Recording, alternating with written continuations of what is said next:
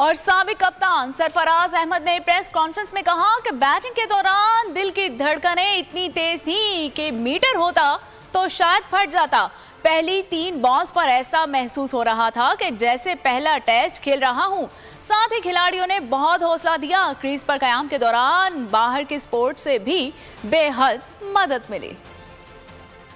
अगर आप मेरी पहले फीलिंग का पूछें, जो पहली 3 बॉलें खेली हैं मेरे लन से पहले, तो अगर आप उस वक्त मेरी कोई हार्ट बीट चेक कर लेता तो शायद मीटर फट जाता। तो बहुत हार्ट बीट जो है ना वो बहुत तेज चल रही थी, क्योंकि वो बिल्कुल ऐसी ही फीलिंग थी कि जैसे आपका डेब्यू है, काफ़ी टाइम बाद मैच खेल रहा था और पोजीशन भी बहुत ज़्यादा जो है ना वो उस वक्त क्रंच थी। तो लंच हुआ है तो जो लड़के मेरे साथ खेलते हैं उनको अंदाज़ा हो गया था, तो वो वही बोल रहे थे कि सफ़ी भाई नॉर्मल हो जाए। तो मैं ही कह रहा था कि यार हार्ट बीट बहुत ज़्यादा तेज़ चल रही है। तो बस ये कि अंदर गया तो बाबर ने बड़ा कॉन्फिडेंस दिया और एज अ सीनियर प्लेयर जिस तरीके से उसने लेके चला मुझे भी कॉन्फिडेंस की ज़रूरत थी। जब आप मैच खेलते हैं तो आपको डेफिनेटली जब कमबैक होता है तो ऐसा लगता है कि आप पहली बार ही मैच खेल रहे हैं।